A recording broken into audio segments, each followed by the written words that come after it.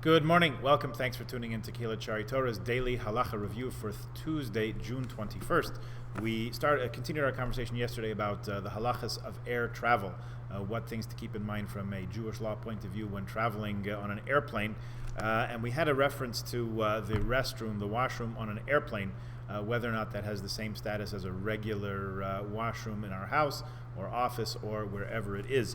So the author of this, the compiler of this sefer, referred us back to an earlier chapter in the same book, which is titled, aptly, Halachas regarding the bathroom.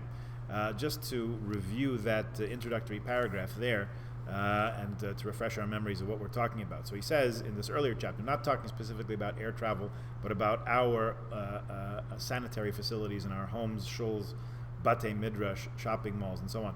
There's a major dispute amongst the poskim whether or not today's modern bathrooms have the same status as bathrooms of earlier times. Earlier style toilets, public toilets, parsai, like the literature discusses, did not retain waste materials and did not have the halachic status of a bathroom. In modern toilets, it's flushed away. So if you think the difference between a washroom that we use nowadays and, let's say, an outhouse, when you go to the park or something, or you go to a public event and they bring in the rental porta toilets.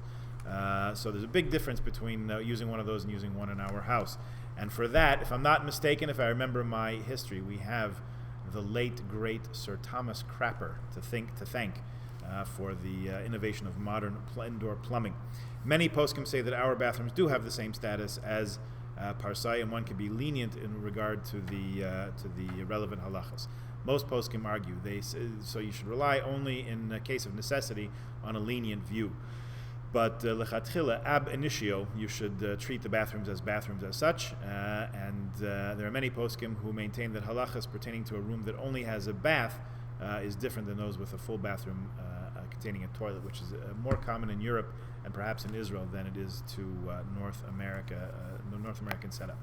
Okay, so the question that this whole conversation jumped off from yesterday was about washing one's hands. So he says, back to the section on air travel, one may wash one's hands for a meal there. So when they bring you out your little meal on your little tray, and it does have a roll there, and it says it's mezonot, that's a whole conversation in itself, but you want to do the proper thing, you want to wash, make hamotzi, and then prepare yourself for birkat hamazon afterwards. So you could take the coffee cup and use that as a washing cup. You wash your hands in the bathroom, in the airplane bathroom, and proceed from there.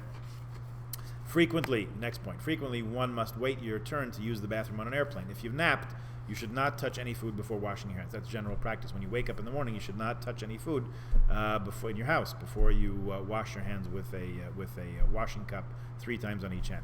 If you did touch food, it should be washed 3 times as possible. If that's not feasible, many permit the food to be eaten b'diavad. Not ideal, but you're in a pinch. What else can you do? Many poskim say that there's no concern if a flight attendant touches the food because most people wash their hands in the morning even without a bracha. And others say that the concept of ruach hara, which we're trying to remove from our hands by washing, does not apply to a non-Jew in any case. Last point we'll make today, sleeping while wearing a talis katan, while wearing tzitzis.